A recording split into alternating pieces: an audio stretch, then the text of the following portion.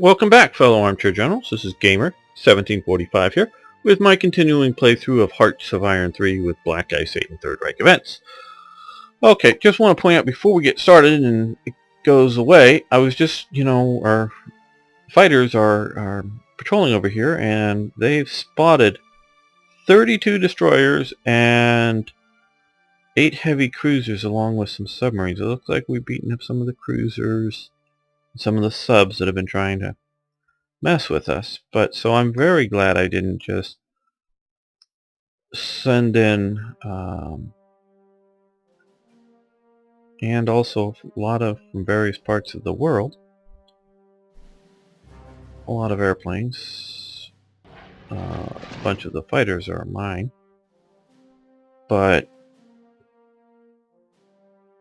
those would have messed up this with only 2 pocket battleships, and I'm sort of presuming that maybe other air would be showing up. I'm not sure. Well, that would take it, I think. They got lots of destroyers out there. We got some more heavies. That's if we had enough naval air entering it. I think we would take that response. So we're going to be very cautious about moving ahead. So I'm not sure with this episode, and we're still, of course, dealing with many things.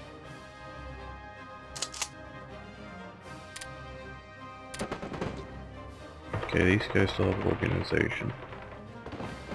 So we're doing a little better. Okay, we won. Cool. Spring mud begins, alright.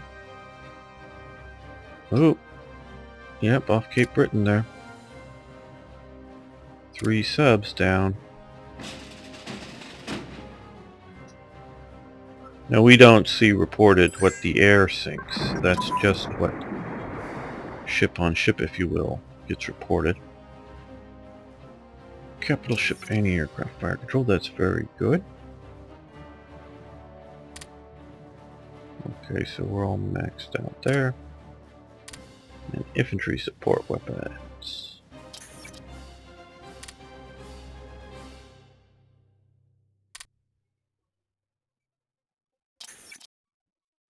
Okay.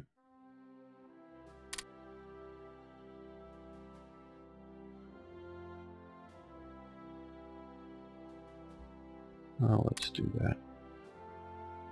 And heavy AA gun improvement.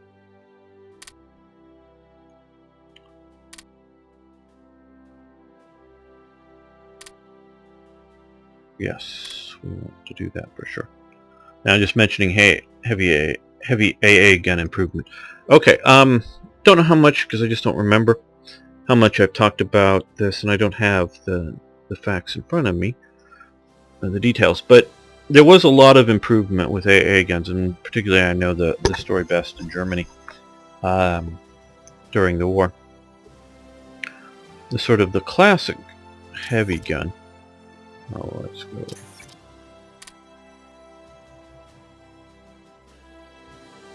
That you all picture here.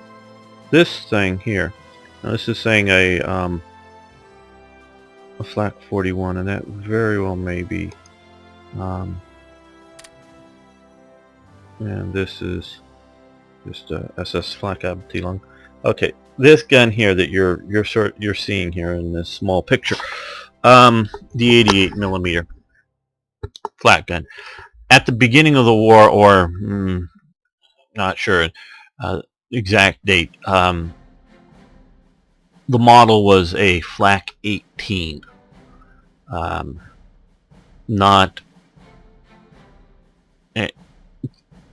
I'm not sure exactly when it came into. It's not like a 1918 gun. It's generally called the Flak 18. Very similar to it. One that in most pictures like this you can't tell the difference. There's the Flak 36. They both have, or they both shoot the same round through the guns. And I hope I'm not messing up any of these details, but this is how I understand it. They both shoot the same round out of the gun.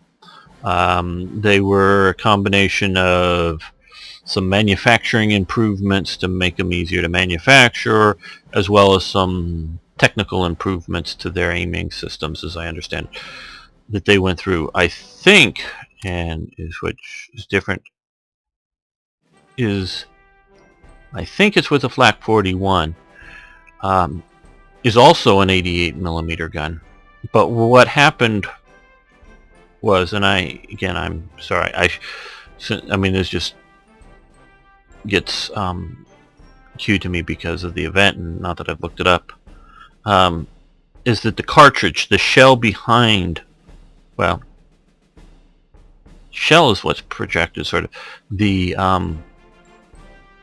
cartridge behind it gets larger. And I think maybe the shell itself, the actual projectile, may get a bit longer itself. A longer projectile means that you could carry more explosives in it, so that the ammunition is not convertible between the two guns, even though they're the same diameter of 88 millimeters. They did this primarily because of needing to hit higher flying targets as time went on, and particularly the Americans flying in the daytime. They would fly higher to try to avoid the rounds. Also, it does help that the round is at a higher velocity, so even if you're looking at the same altitude of shooting at, you're targeting, rounds getting there quicker are better, more responsive to it. You have to adjust your sighting instrumentation to realize, to take into account that, and that depends on what you're doing, is just different settings. So that they were doing this during the war and stepping up the 88 millimeter gun for anti-aircraft use. As a sidelight, this affects the 88 millimeter anti-tank guns, which are essentially the same cartridge. And when a cartridge, I'm talking about both the projectile and the propellant behind it, is the same basic projectile. They obviously, early on, you have the Flak 18, Flak 36, just different models, and I think there's one or two more, I'm not sure, used as a dual purpose role. But you have basically the same gun, is mounted in the Tiger 1 tank. And earlier on in the dual purpose role, but leading up to the tank, they start building dedicated anti-tank rounds for it. Now, you do have the situation where, with the improved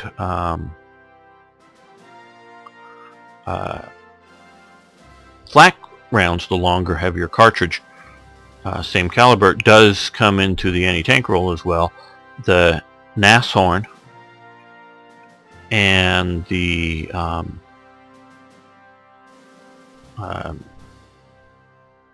Oliphant or Ferdinand, and I think also, I'm pretty sure, I'm just somewhat winging this, but I'm pretty sure also the Tiger 2 use the later, faster, harder hitting cartridge 88 millimeter round, and I'm pretty sure it's the Pak 41 is not a dual purpose, but a dedicated anti-tank gun. It's sort of a god-awful big anti-tank gun that the Germans were using towards later the war. I think it's the Flak 40 or the Pak 41, but maybe it's the Pak 44. God, I may be messing that up. That is just a dedicated anti-tank gun, but you shooting the same cartridge as an anti-tank role,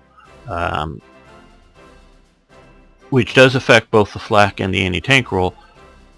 Is the bigger the gun you get, the more immobile it becomes, and obviously also the bigger the target. I know the last version of the 88 millimeter anti-tank gun, I've had a bit of a low, or was designed with a lower profile than the flat gun to keep it from being too big of a target, so that, but with that lower profile, couldn't elevate to high angles to become an anti-aircraft gun. So that was part of their function. I'm not sure on the Jag Panther what that 88's gun. I think that's the same gun that's in the Tiger 1 88. So they were doing that. Now also along this period, I think it's a pre-war coming out design, but didn't get widespread use till the war, is at least the largest common anti-aircraft caliber, which was the 128 millimeter anti-aircraft gun. You start seeing those in the flak towers around Berlin and places like that, and even in dual mountings, in same side by side dual mountings targeting the same aircraft. I don't know whether they shot both at the same time or fired one and then the other. Not sure how they worked. There was a that gun basically is the gun that goes into the Jag Tiger, the sort of the Tiger 2's hunting tank version, that 128 millimeter gun. So that if you're looking at just heavy anti-aircraft improvements, you are looking at production improvements, you are looking at tactical functionality use improvements, but you're also looking at cartridge improvements that hit harder. And that's why it's important, partially, we were talking about, or I was talking about, the faster the round gets up to the aircraft, the better, so that the less lead time, less you have to shoot in front of the aircraft. When particularly Americans are flying in formation, they're not dodging flak so much, so it's not that big of a deal. But other nations, particularly like Britain, who was doing bomber streams at night, they would dodge around a bit more, and obviously shooting at fighter aircraft and others that are flying high will dodge and weave more, so having to lead them less is important. But where it does also come out very important is those same improvements are carried over to the anti-tank guns. That's why I like the dual purpose rounds technology, because they feed each other back and forth during the war from the Germans. I know that and you've seen on World War Wednesdays and some of the other gameplay footage, the various improvements that happen with Hearts of Iron 4, and how I vehemently disagree with, and this comes from the base game of Hearts of Iron, not Black Ice. I mean, they live on it, so I mean they continue to go with it. But if you look at some of these artillery models now, well, I will say this: Black Ice has been moving away from it because we have artillery, medium artillery, and where is heavy? It's here somewhere. Right here. I was looking up and above and below it. That's a ridiculously big gun. That would be very rare use in Germany. The 170 millimeter is used at the divisional level, but very few guns. Much more the 150 would be the more common heavy or medium, whatever you want to call it, gun.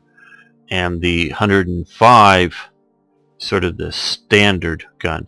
But I went through and posted, and it's probably long, deep buried, when we were looking at the stuff for Hearts of Iron 4, that there was very little improvement with the guns over time, and they were sort of going, well, they're just basic guns, they don't change that much during the war.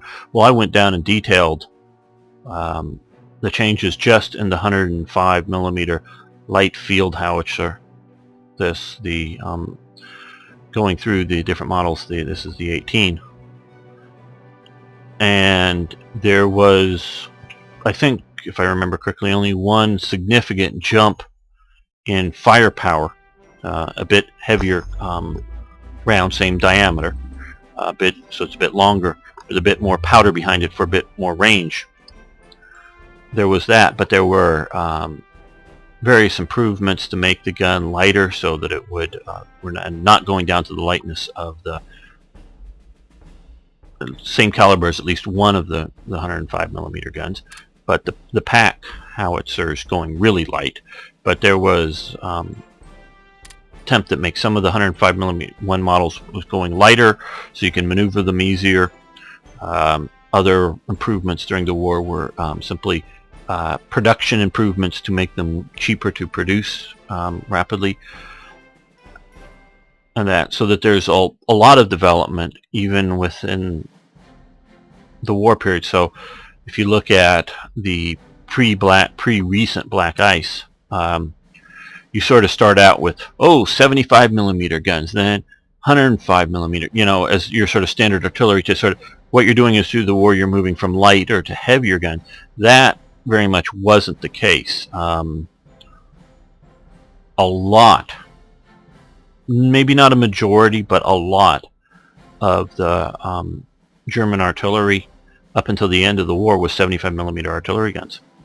I remember, and one of the things is that I'm thinking of here is that the captured artillery from the Hermann Goering division that was basically turned over at one of the surrender situations was a lot of 75 millimeter guns, and these weren't pack or mountain artillery pieces. These were standard long-barreled 75 millimeter guns, not the light little L12 infantry gun. So that they were doing the various calibers all throughout the war. And the Hermann Goering, obviously, division isn't one of these fortress divisions that are equipped with like French 77 millimeter.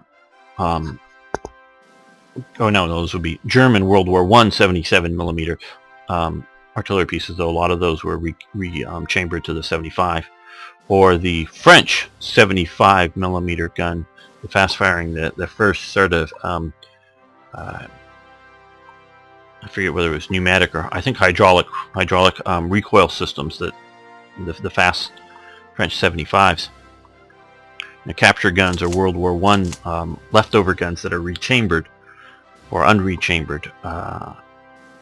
That's what I take this to be, really. This is what most of these divisions would be having.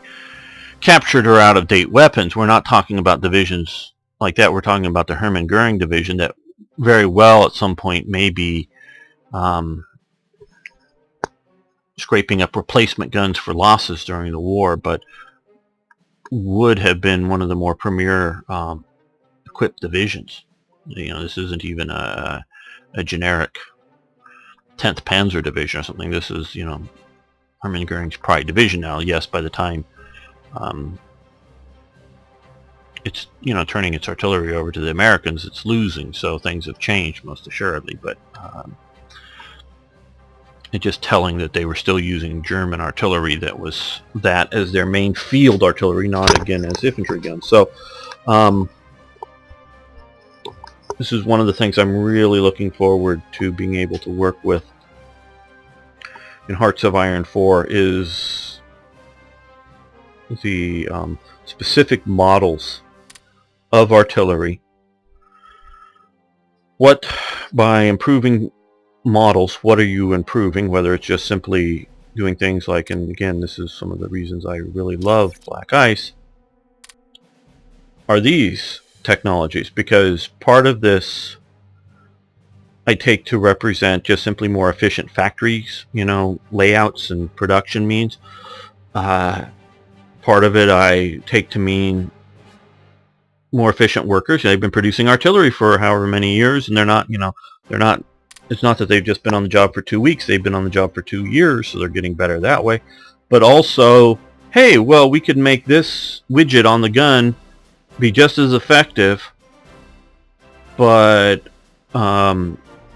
half the time to make. So it's cheaper, not so much, I mean, it would be theoretically cheaper in dollars or Reich marks or whatever, but cheaper in time usage and material usage for the same level of effect on the field. That, I mean, this is great what they've done here, but this is generic because, we're still dealing with Hearts of Iron 3. And part of what I'm going in with all this was some of the questions on the Black Ice forum. Are you going to keep doing Black Ice for Hearts of Iron 3, even though many of us are disappointed in what they're seeing in Hearts of Iron 4? Yeah, I'm disappointed too in some of the things I'm seeing, and I'm not going to go into what they are anymore, but disappointed. But there's so much potential out there to not just have generic level 1 art, because that's, as you've seen in some of the stuff, generic level 1 artillery, generic level 2 artillery kinds of things, with maybe country specific, this is like captured British artillery here, with country specific names for the majors, but otherwise just standard incremental improvements, but that we can model each of the different weapon systems. So some might be, the next British AA system may not be any more effective at knocking aircraft out of the air, but would just be 20% cheaper to produce. And so there's a lot of potential, and that can be done in such a way that a casual player, even a casual Black Ice level player, won't have to know all these things. They'll just, do you want to improve your anti-aircraft artillery by researching better things? They'll go, yeah, sure. And then once they do, you'll have the choice. Do you want to produce the new improved anti-aircraft, medium anti-aircraft, say? Yes, sure, we'll do that. And so you'll produce the new instead of the older models. And just as time goes on, with new units or replacements on currently functioning units, they will work to upgrade to the newer artillery types. So, that will all be streamlined, so they won't have to dig into all those details. They won't have to go in and prioritize, I'm getting ready for the invasion of France or invasion of wherever, so I want to prioritize. They can prioritize to certain divisions so that they get upgraded first, because they're going to be the ones in action, and the ones holding the other fronts down may not see any action at all, so they can be lower priority, so that you can do all this stuff fairly well streamlined, generally, if you want to, or you can do all the details and which divisions get what, when, how, and so that has a lot of potential there. Just not even on what I normally specialize in is, historical event-based modding. There's just so much potential to do with Hearts of Iron 4 that to write it off as something that you don't like just because the first version that Paradox kicks out the door doesn't meet your standards. Well, okay, maybe you as a player may try that game and go, I'd rather play Black Ice, and because Black Ice is a mature mod, as I recently posted, Black Ice is better than any of the Paradox expansion, for the Motherland or their Finest Hour, is better than anything that Paradox has done. Black Ice is better. So yeah, you may want to stick with this for a while, but don't think, I urge you not to think that, hey, the first version didn't live up to my desires, screw this, let's just stick with this old stuff. You're going to like Hearts of Iron 4 eventually, so don't, and the more that they see, well, how do I put this? Once you get out and people are playing it, I think they're going to listen to feedback from people who played it as opposed to just people who've seen it played. So then they will start reacting to what the players want. So that if you do go in and you do buy the game, and you do play it for 20 hours and then go, hey, Paradox, I like the modded old version, you know, Black Ice 8 point whatever, better than your new thing. Go in this direction, and then they'll, you know, and they get a bunch of these reports, they'll take that into effect because, hey, they want to sell games, you know. And we'll see what the, and I know, you know, just from various comments, you know, public comments, that they're hoping that Hearts of Iron 4 will be a massive expansion to their market, you know, sales numbers over Hearts of Iron 3. So they're hoping for a whole new set of players coming into the game. And that's sort of where they're looking initially. I don't know what those people are going to respond once they start looking at the game. But there is still, shall we say, us. And I'm definitely one of you as the want to play detailed and detailable, and quite honestly, as you've seen me playing here, is sort of somewhat haphazard because I'm trying to keep everything flowing. And yeah, I know I just stopped everything to talk to you guys, but I normally play a lot slower. Let's see what's going on here. Okay.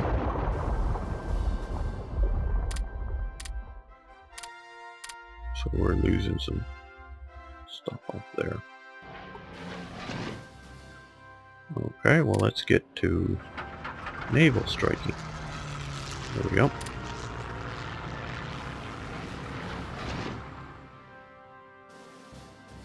We'll let these guys fight for a little while longer. Okay, escort ship fire control advance. That's good.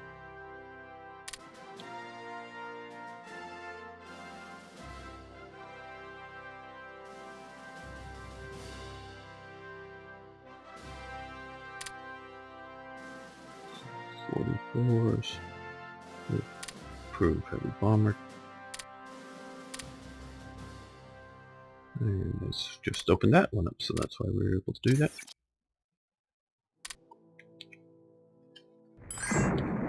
Because I'm traditionally sort of a meticulous player, and I think I would get bored watching me play all the time that meticulously. Figure easily twice or 3 times the number of hours put into the game per you know, year gone by or whatever in game time. Managing it is sort of my intellectual fun zone, if you will. Might not be exciting, but it is fun for me. Okay, heavy artillery brigades advance. We were saying I think it's a bit, if they're, and yeah, part of, okay, well, that's grayed out. Part of it is just sort of generic things advance, and they're doing it because it really honestly is too hard to do everything stepped up. I mean, they can do a few things stepped up, specifically targeted, like assault rifles and rocket propelled weapons. So everything else is sort of, you know, each step is just the same increase over the last step, where if we're talking like, and I know you've seen it so I can talk about it, if you're talking like the artillery tech tree, instead of just having model 40 gun, model 42 gun, model 44 gun or something like that, you can have 6 models of guns, and each one, as you research each one, it improves it in different ways. So some might not be an improvement at all for the battlefield. You can say purely a production improvement. Or you might be able to, and this is, I mean, this is not how they've done it, this is how I'm thinking that it could be done, or it could be an improvement that improves movement over certain terrain because it's lighter. So we'd be able to have a, you know, improved movement over rugged terrain, because presumably if you're driving down the highway, a heavier gun, lighter gun, if you're towing it behind the appropriate truck, it doesn't really matter that much because there's not huge amounts of difference in weight, but there's some. So, so not all the improvements would be super duper better combat effectiveness. It's a better gun. So the older guns are just fine to use, just as effective in most cases as the newer guns, but you'd still want to research and you'd still want to shift your production over to it. So you can do that. Now, of course, the other way of doing it, which is a bit more of, to some degree, the black ice way, is doing it more dynamically, meaning you could set this up to do research, something that is specifically just production improvements, or just range improvements, or just firepower improvements, in the sense of, even though maybe the same caliber but diameter of rounds but longer rounds, or other things, so that you can make fantasy tanks or fantasy artillery, and that a tank, sort of like a super fast lightly armored tank, sort of like an American tank destroyer for Germany, which Germany didn't do. They either had the older model lighter armored vehicles that they stuck a heavier gun on them, or they increased the armor, increased the gun, and slowed everything up to make the things. Where the U.S. did keep the armor light, improve the gun enough, and supercharge the engine, and you zip around the battlefield. So you can set it up as so it's a more dynamic system. They're both very good, because sometimes you go, well, what if I don't want to go down the stupid tank development that Japan did? And it's maybe a bit of an oversimplification, because Japan really didn't design its tanks to fight other tanks.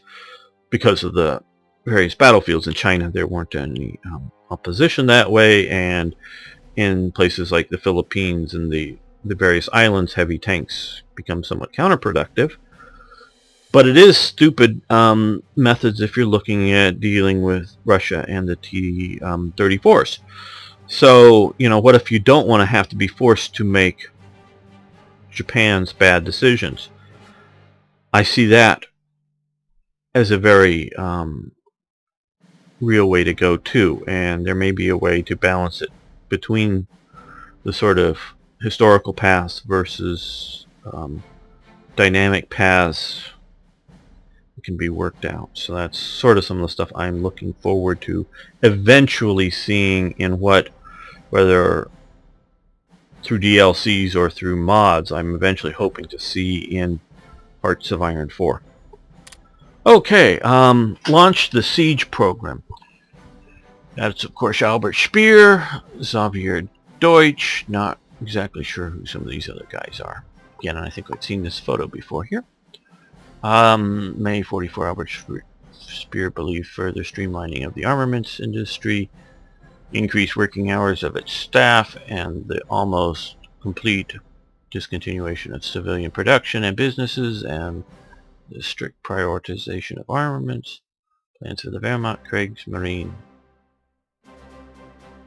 and Luftwaffe. Okay, one thing, and I know I have a German audience and they can correct me if they're wrong, but this is sort of a common mistake.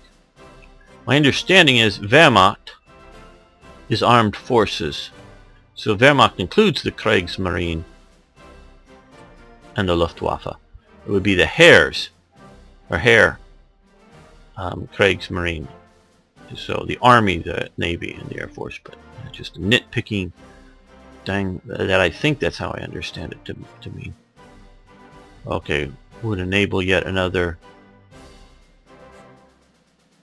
Rüstungswunder?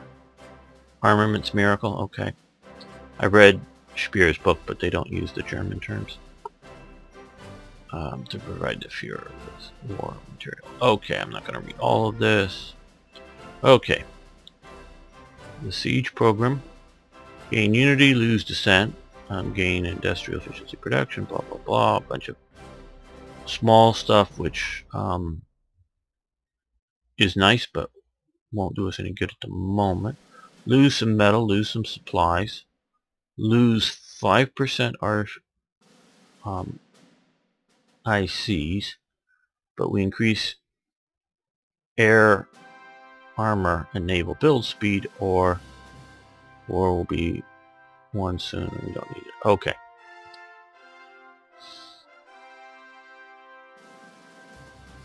%2 build. See, now this is where, pretty sure this is a black ice event. Please, mod makers, if I've got that wrong, please correct me.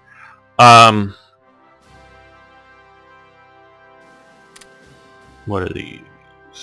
Well, these just produced by, not by percent, but by straight IC.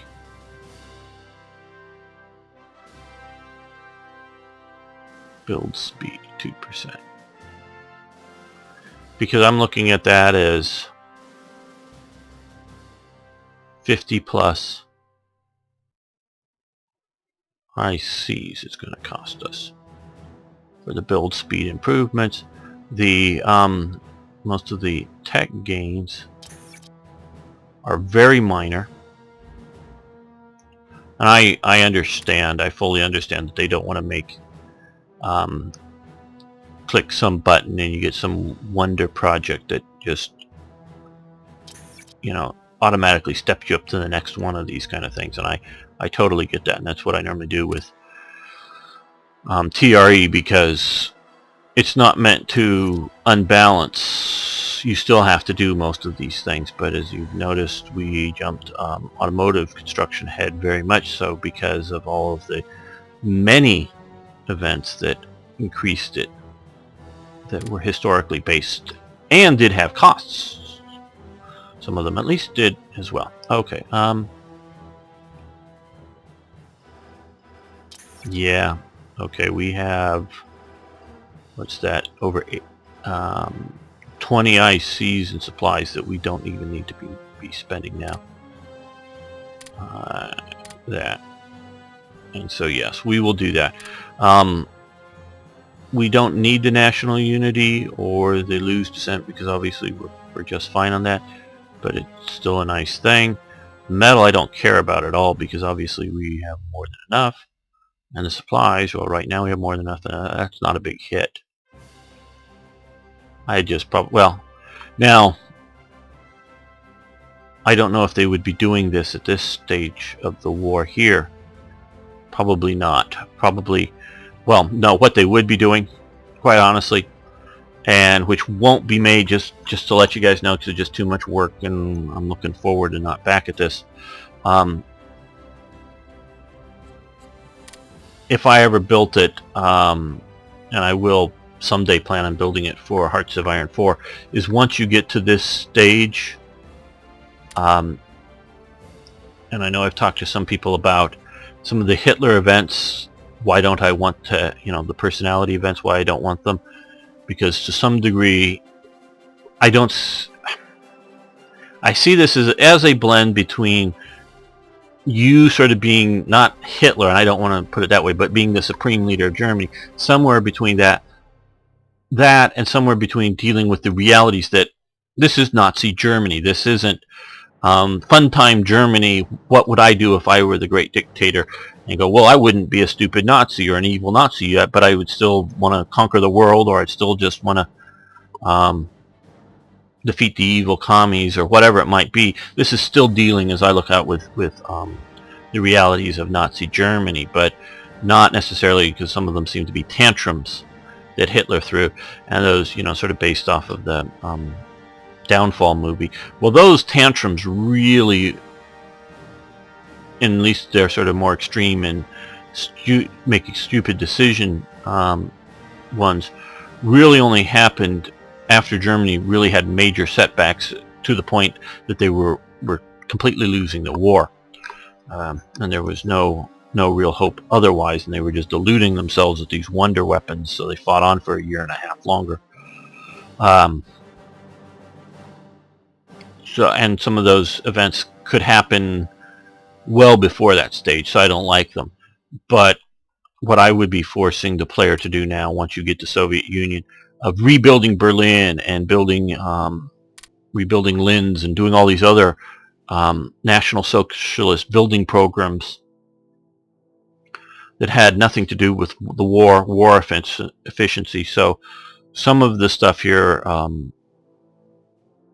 would theoretically be allowed under that sort of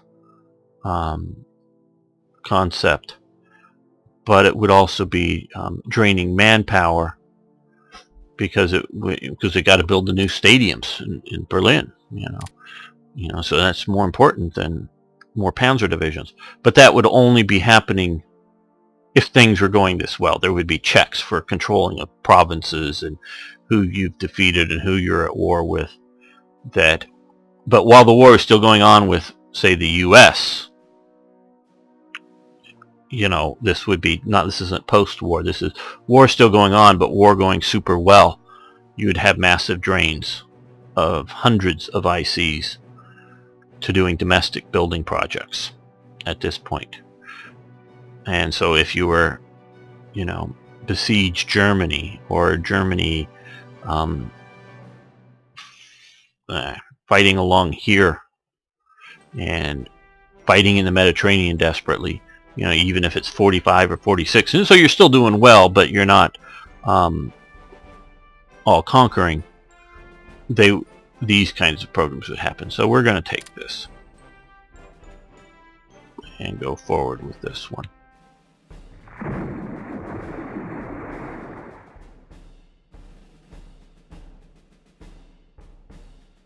Okay, well, yeah, seeing Portugal. That's one of my, well, how are we doing here? We've been hovering right at 15.26 for a long time. And we are influencing them our way, but we can't trade with them, so Tibet, that is. I also have another mod I've just scratched the very surface of that has Tibet plays an important role in that I want to build someday. It'll be fascinating, I think. It's historically based, but it's going off on a bit of a non-history base way. Okay, we can lower their neutrality, but how are they doing? Portugal, right? Okay, well, they're not close, but they're getting there. Oh, we can get the 116th Panzer Division. Yes, Windhound. Okay, supplies. We'll dump it in the production queue. Nice event picture there.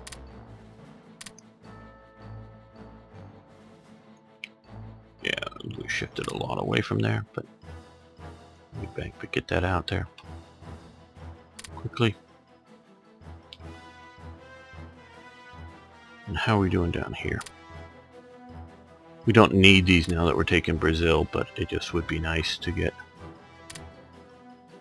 I've been checking to see if we can continue to fight to faction 65. We're slowly moving there. Not there yet, of course. And Uruguay, as I would say it, but I do believe it is Uruguay. And also in the 60s. When we share a common border with them, controlling Brazil, that will help. Will help that.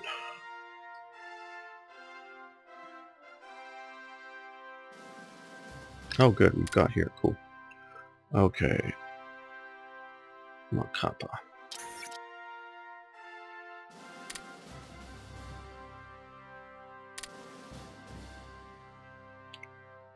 La Rochelle is my favorite going out for Southern Pacific. Or Southern Atlantic, boy. Did I get that wrong? Okay, that will help. Let's increase this by 1. So that we can move some more supplies up there. Kick that to the top, building a bunch of support regiments and other things. And I also want to build, I know it'll be a while before they start production, but just seeing that we're now down below 100. And I think some of you guys have been pointing me very effectively towards the wiki on some of the detail. But I think the how much national unity is lost by submarine sinkings are based on the percentage of the losses, meaning that if you just have 30 convoys and you lose one convoy, that's a bigger hit than if you had 100 convoys and you lose one. I think it's based on a percentage situation and not on a absolute. So by having, okay, we got a submarine, good. Now let's see there. Somewhat beat up. Oh, we'll let him fight. I don't care about that one. Another boat. Okay, we've just conquered Brazil. And we now have a Brazilian remnant, I guess. Exiles.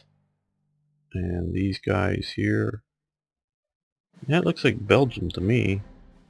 Air power going somewhere that was here. And South Africa's flying away. Okay.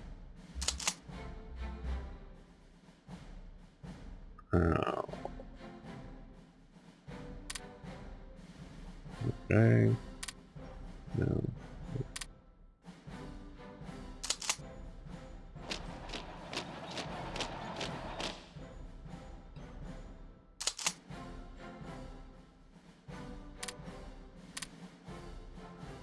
Like I said, we need to... Don't think those two are connected to each other, so we gotta...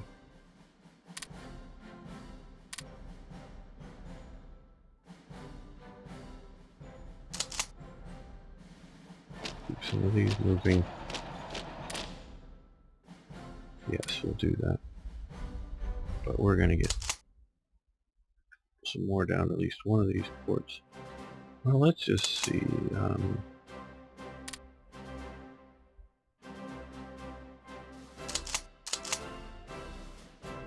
We don't need to go there. Move them all to here. All of those guys. Move them to the port.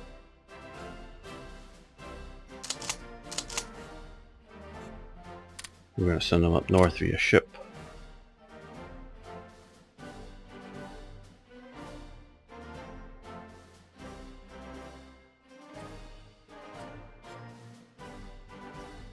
I think, okay, yes.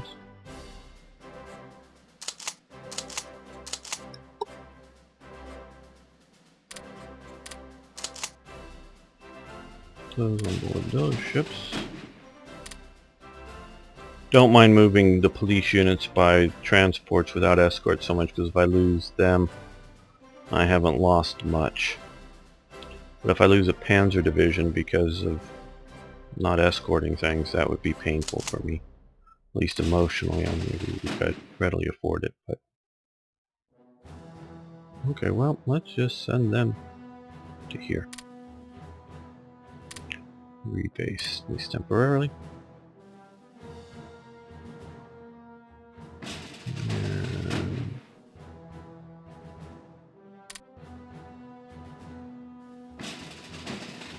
send these guys to pick up this force.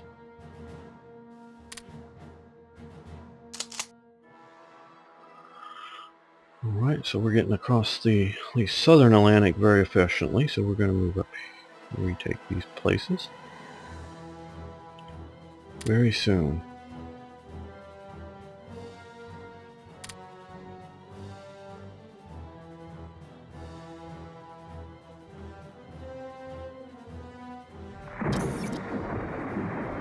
Okay, oh good, we got Jungle Colonizer back. We lost that because we gave some territory over to Japan, but I believe it's one of the effects we've got here in Brazil.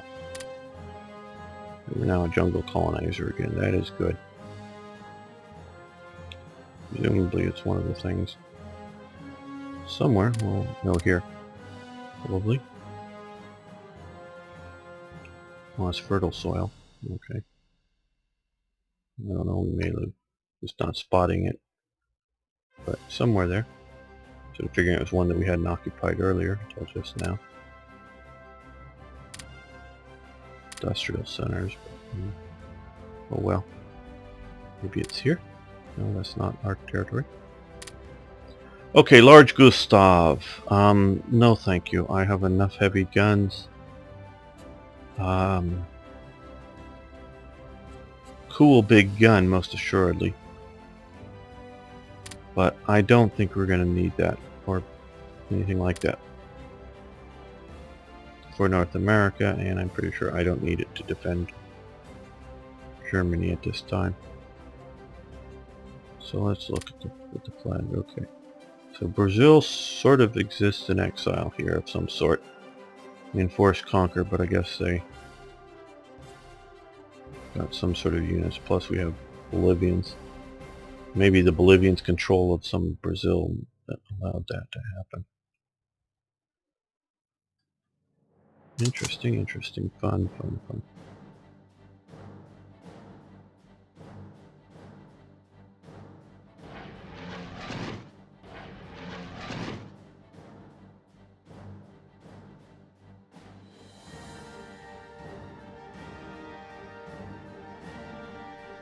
Okay, that's just getting a little too weak, so we're going to send them back. Let's see, Amsterdam is probably large enough of an airport.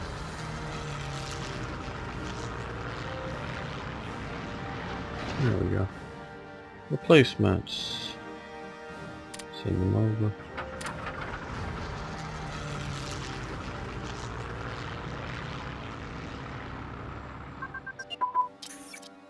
Okay, Tactical Air Command. Well, we're going to let that one go.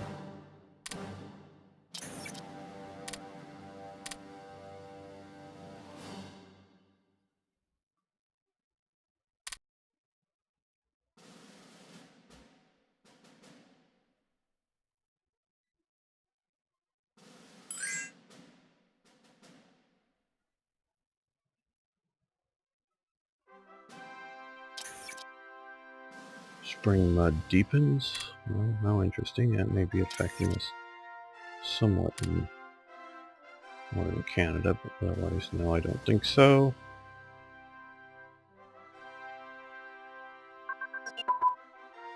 Okay, escort ship. Okay, those are all grayed out now. Naval bomber prototype will have also grayed out, so that'll allow us just to move. There's, I think, another.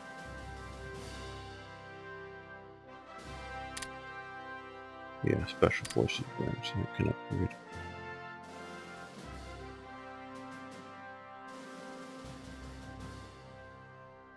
Yeah, we'll do that too.